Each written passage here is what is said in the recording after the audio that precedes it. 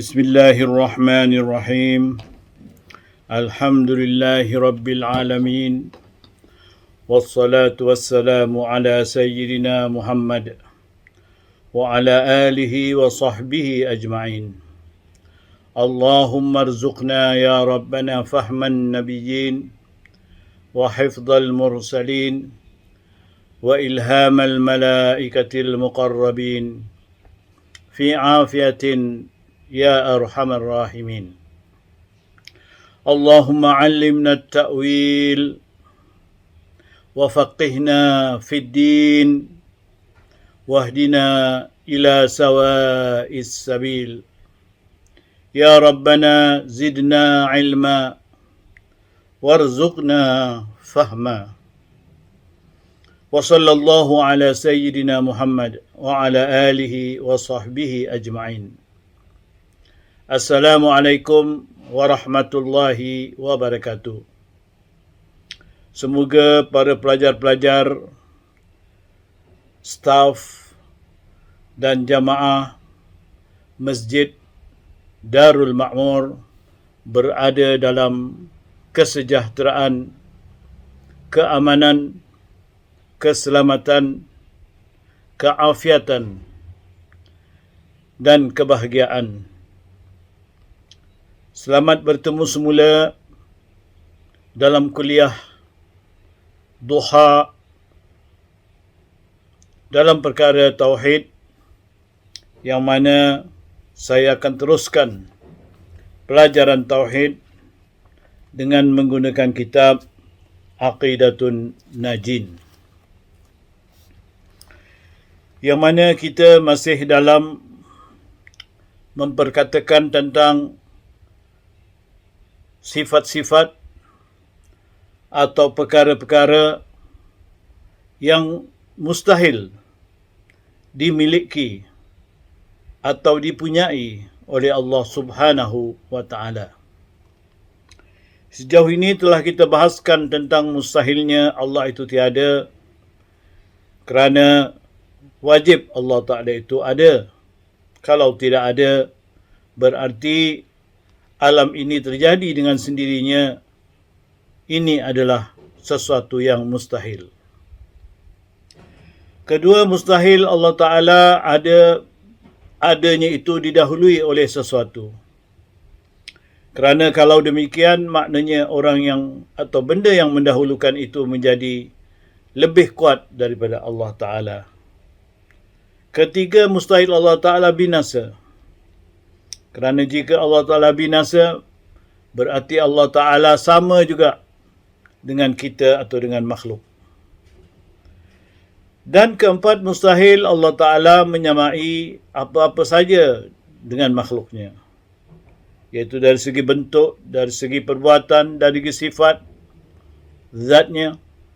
Semuanya Allah Ta'ala berlainan, tidak sama dengan makhluk.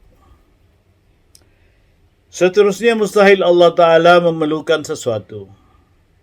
Tapi Allah Ta'ala berdiri dengan sendirinya, tidak memerlukan apapun, sebarang pertolongan. Dan seterusnya, Allah Ta'ala itu esa, tidak berbilang-bilang, tidak berangkai-rangkai, dan tidak ada di sana sesuatu yang menyamai atau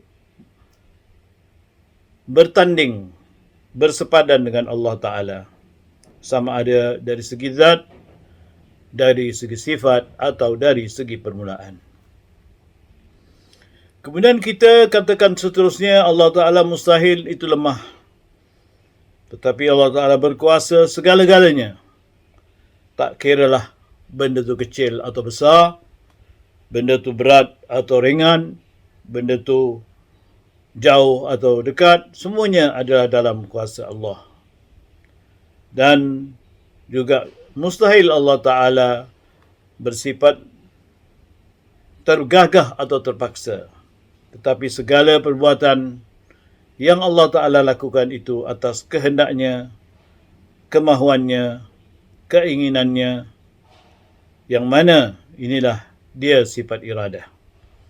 Itulah yang mustahil bagi Allah Ta'ala. Kemudian seterusnya, mustahil Allah Ta'ala itu jahil artinya tidak mengetahui, iaitu mustahil Allah Ta'ala didahulukan oleh jahilan, baru Allah Ta'ala mengetahui. Seperti mana makhluk, asalnya dia jahil, kemudian barulah dia mengetahui. Banyaklah contoh-contoh yang kita sebutkan. Dan kita sambung memperkatakan tentang mustahilnya, jahilnya Allah Subhanahu Wa Ta'ala. Yaitu Allah Ta'ala sebagaimana kata pengarang ni, kama yastahilu alaihi ta'ala al-jahlu wa ma fi ma'nahu bima'lulim ma. Muka surat 124. Dan yang kesembilan, iaitu yang kesembilan daripada perkara-perkara yang mustahil pada Allah Ta'ala, daripada yang mustahil atas Allah Ta'ala, jahil. Artinya, tiada mendapat akan sesuatu. Mana mendapat, tiada mengetahui akan sesuatu. Tiada berbetulan dengan hakikatnya. Mana mengetahui tapi lain hakikatnya. Seperti kita mengetahui dulu umpamanya dunia ini rata, tapi hakikatnya dunia ini bulat. Makna pengetahuan kita dulu dunia ini rata, sekarang dunia bulat hakikatnya. Itu je perkara demikian mustahil pada Allah Ta'ala. Dan barang yang pada maknanya, iaitu apa saja yang makna demikian, iaitu ada berkena-mengena, nanti kita akan sebutkan dengan detail makna kemudian, dengan maklum. Barang mana maklum ada dia, makna dengan apa saja yang dimaklumkan. Kerana bila dikatakan Allah Ta'ala punya ilmu, makna dia mengetahui. Dan barang yang diketahui itu dibagi dengan maklum, diketahui. Iaitu isim maf'ul daripada alima. Alima mengetahui, maklum makna diketahui. Jadi apa saja yang ada dalam dunia ini diketahui oleh Allah Subhanahu Wa Ta'ala. Jadi pengetahuan Allah Ta'ala mencangkup segala-galanya, menyangkup kepada mengetahui yang wajib, seperti mengetahui dirinya sendiri, mengetahui yang mustahil, benda yang mustahil kepada dirinya, dan mengetahui perkara yang harus, yang telah ada, yang ada, dan yang akan ada. Semuanya diketahui oleh Allah Subhanahu Wa Ta'ala. Kita lihat saja sekarang dalam keadaan kita sedang hidup dikuasai ataupun disibukkan, diisi kehidupan kita dengan satu makhluk yang dipanggil corona atau COVID-19. Jadi benda ini kita tidak tahu sebelum ini. Artinya sebelum kita tahun 2000 berada dalam 2019, kita tak tahu benda ini. Tak tahu penyakit seperti ini. Jadi Allah Ta'ala mustahil demikian. Allah Ta'ala telah tahu.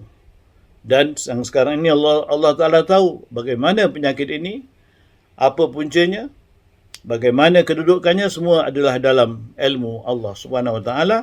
Dan yang akan datang, sama ada penyakit ini akan berterusan atau terus beranak lagi kepada yang lain, atau dipanggil varian kepada benda-benda lain, akan timbul anak-anaknya, cucu-cucunya, pecahan-pecahannya, sebagaimana sekarang ini, yang mana dia berpecah kepada benda-benda yang lain, yang lebih kuat lagi daripada yang asal. Wallahu alam, kita tak tahu. Tapi Tuhan sudah mengetahui. Jadi dalam keadaan ini, kewajipan kita sebagai orang mukmin bergantung sajalah, atau bertawakal saja kepada Allah, kerana kita dan alam ini dijadikan Allah. Makhluk COVID-19 juga adalah termasuk dalam alam. Maksudnya, ia juga adalah dalam kejadian yang Allah Ta'ala jadikan. Artinya, mana arti sebagai satu tafsiran daripada apa yang dikatakan tadi, dan demikian lagi mustahil atas Allah Ta'ala itu jahil. Sama ada jahil basit. Jahil basit mana jahil yang mudah, yang terang. Macam kita tak tahu daripada tahun 2018, kita tak tahu akan timbul COVID-19 2018, mana kita jahil. Artinya jahil yang tiada bersusun. Ya, iaitu jahil satu saja tak susun daripada berangkai-rangkai. Tiada mendapat akan suatu atau jahil suatu, itu panggil jahil basit. Dia jahil basit, jahil yang mudah, yang tidak tersusun dengan sesuatu. Kemudian kedua, jahil murakkab. Jadi dua jahil, satu jahil basit, satu jahil murakkab. Maknanya mustahil Allah Ta'ala mempunyai jahil basit dan mempunyai jahil murakkab. Maksud murakkab iaitu yang bersusun dua jahil. Maknanya dia bukan jahil satu saja, dia ada jahil kepada jahil lagi. Pertama, tiada mengetahui akan hakikat satu. Itu yang pertama, jahil basit. Jahil basit maknanya yang pertama, tiada mengetahui hakikat suatu. Kita 2018 dulu tak mengetahui hakikat apa itu coronavirus. Kemudian kita tahu sekarang. Dan keduanya, mana jahil murakkab. Maksud jahil murakkabnya ialah tiada mengetahui akan dirinya, itu tiada mengetahui. Dia tak tahu dirinya tak tahu. Dia sangka dirinya benar, tapi dia tak tahu yang dirinya itu sebenarnya tak tahu. Seperti yang telah terdahulu sebutnya pada awal kitab ini. Seperti pada yang kita katakan dahulu tadi. Maknanya seperti orang menyangka dunia ini bulat. Dunia ini lepir. Jadi dia mati-mati mengatakan dunia ini lepir. Dunia lepir. Ini sebelum diketahui dunia ini bulat. Jadi orang itu mesti mati mengatakan waktu itu dengan benar, dan orang semua mengatakan memang betul dunia ini lepir, rata. Tetapi bila diketahui kemudian sebenarnya dia tak tahu dunia ini sebenarnya bukan rata, tetapi dunia ini adalah dunia yang bulat.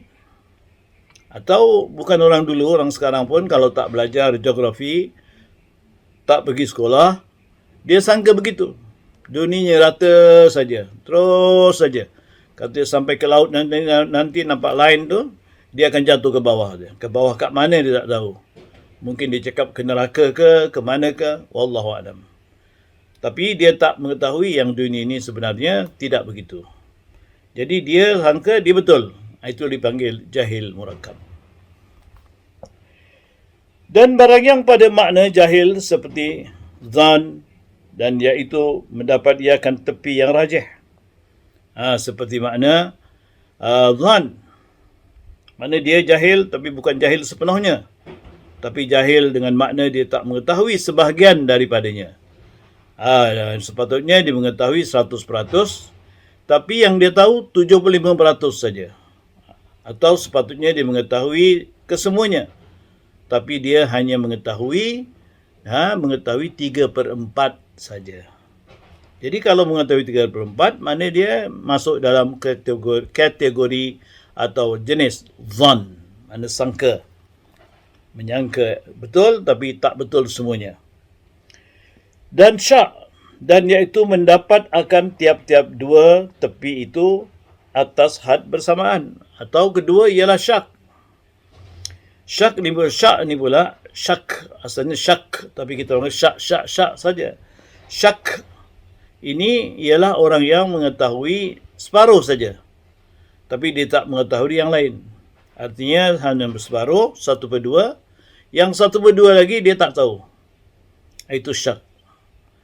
Itu syak. Tengah-tengah. Antara tahu dan tak tahu. Antara tahu tak tahu itu setengah-setengah. Jadi kalau begini makna zan tu lebih baiklah. Tapi zan pun tak guna. Bagi Allah Ta'ala tak guna. Zan. Manusia barangkali zan tadi sudah boleh dipakai. Syak tak boleh pasal dia separuh-separuh. Jadi maknanya kalau manusia begitu, tapi Allah Ta'ala mustahil dengan dua keadaan ini. Dan waham, dan iaitu mendapat akan tepi yang marjuh, yakni berat pihak tiada tahu dan ringan pada pihak yang mengetahui. Jadi yang ketiga ialah waham. Waham ni pula yang tahunya sedikit, yang tidak tahunya banyak. Mana ilmunya sedikit, yang jahilnya banyak. Itu dipanggil waham. Ya, maknanya 1/4 saja dia tahu, 3/4 dia tak tahu. Zan, 3/4 dia tahu, 1/4 dia tak tahu. Syak, 50% dia tahu, 50% lagi dia tak tahu. Benda-benda macam ini, dhan, sya', waham, mustahil pada Allah Ta'ala. Langsung tak ada. Allah Ta'ala pengetahuannya mutlak. Artinya diitlakkan semata-mata pengetahuannya tadi. Tak ada separuh-separuh, tak ada suku, tak ada 3 suku. Itu pengetahuan Allah Subhanahu Wa Ta'ala. Itu berbeza dengan pengetahuan manusia. Dan setengah daripada makna jahil itu, keadaan ilmunya itu daruri atau nazari, badihi, pasti atau kasbi. Dan juga makna yang dikatakan Tuhan jahil, kalau Tuhan ilmunya itu dikatakan ilmu badihi, atau ilmu daruri, atau ilmunya nazari. Artinya ini manusia lah. Manusia ada mengetahui dengan daruri, tak payah daruri makna dengan pasti, atau dengan badihi, maknanya dengan tabi'i. Badihi itu macam tabi'i lah, dengan serta-merta, tak payah berfikir, itu maknanya pengetahuan manusia. Sepertilah misalan contohnya setengah, 1 setengah daripada 2. Jadi ini badihi, benda ini badihi. Siang mesti ada matahari, ini badihi, tak payah berfikir lagi. Atau nazari, maknanya dengan berfikir, nak cari fikir. Seperti mengetahui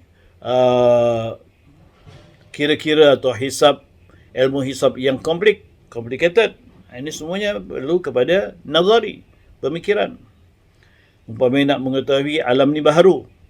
Mana alam ni baharu? Kita kalau cakap alam baharu saja, tapi tak ada dalil, maknanya tidak sah pengetahuan kita. Sehingga kita ada dalil. Iaitu setelah berfikir. Misalnya kita lihat semua benda berubah. Di sana berubah, di sini berubah. Tak ada yang berubah. Yang berubah itu ialah alam. Inilah alam. Yang selain Allah Ta'ala itu alam. Kita tengok alam ni berubah daripada siang kepada malam, daripada kecil kepada besar, daripada luas kepada sempit, daripada panjang kepada pendek, daripada pendek kepada panjang, daripada ringan kepada berat. Semuanya berubah. Daripada warna terang kepada malam. Warna juga bertukar daripada berwarna tak berwarna. Hitam menjadi putih, putih jadi hitam. Ini semuanya adalah menunjukkan alam itu berubah. Jadi setiap alam itu berubah, dan setiap yang berubah itu dipanggil baharu. Maknanya dia berasalnya, ikut asalnya dia berubah kepada yang lainnya, sebab itu dipanggil baharu. Katakan asalnya putih, kemudian berubah jadi hitam, ini dia baharu. Yang hitam lama, yang putih ni baru, jadi dipanggil dia baharu. Jadi alam ini baharu. Jadi bila dikatakan begitu, dia lihat semuanya begitu, itu dia fikir, alam ni baharu. Jadi semua alam ini baharu. Setiap yang baharu mesti ada yang membaharukan. Yang membaharukan itu ialah Allah Ta'ala. Ini semua adalah pengetahuan nazari dipanggil. Jadi pengetahuan Allah tidak perlu bersusun begitu. Allah Ta'ala terus tahu. Tak ada lagi dia asalnya tak tahu, kemudian tahu. Ini semua termasuk dalam jahil pada Allah Ta'ala. Maka yang pertama iaitu daruri, diitlakkan dia atas barang yang hasil dengan tiada nazar dan tiada mengambil dalil, seperti mengetahui akan satu itu setengah daripada 2. Dan diitlakkan dia atas barang yang menyertai ia akan darurat, seperti ilmu yang hasil dengan menakuti dan pukul umpamanya.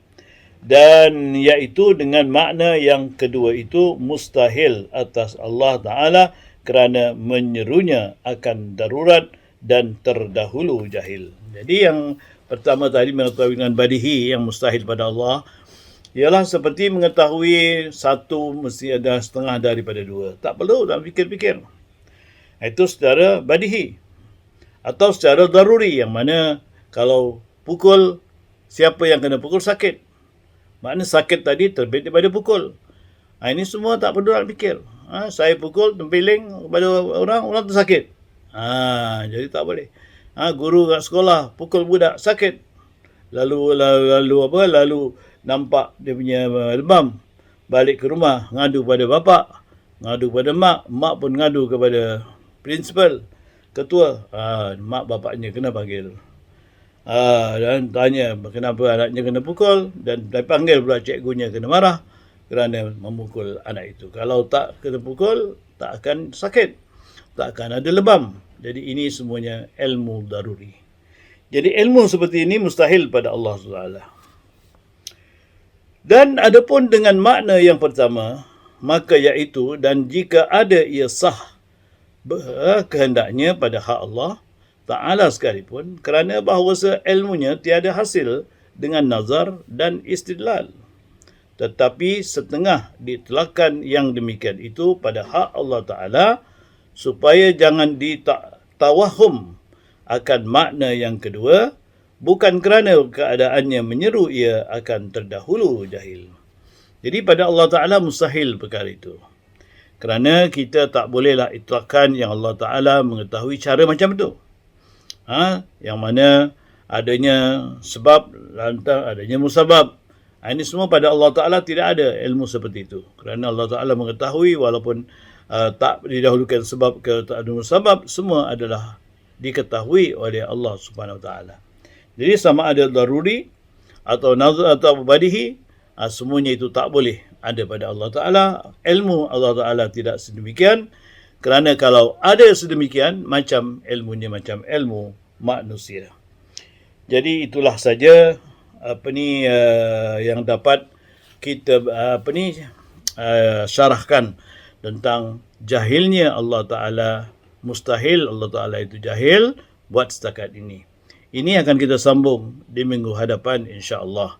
Jadi sebelum saya menghentikan ceramah ini mengenai mustahilnya Allah Ta'ala itu jahil, yang mana jahil kita telah syarahkan dengan tafsir, dengan huraian tadi, maka saya akan berhenti di sini dan insya-Allah kita akan bertemu lagi. Salam sejahtera daripada Masjid Darul Makmur, dan masjid mengharapkan tuan-tuan membantunya. Ini harapan daripada pengurusi dan sekalian staf-staf Masjid Darul Makmur. Jangan lupa untuk kemajuan masjid, saudara-saudara dan saudari sekalian membantu seberapa yang boleh, seberapa yang terupaya. Jangan sekali-kali berhenti daripada membantu dengan rohani dan dengan material. Bantulah. Sekian saja. Assalamualaikum warahmatullahi wabarakatuh.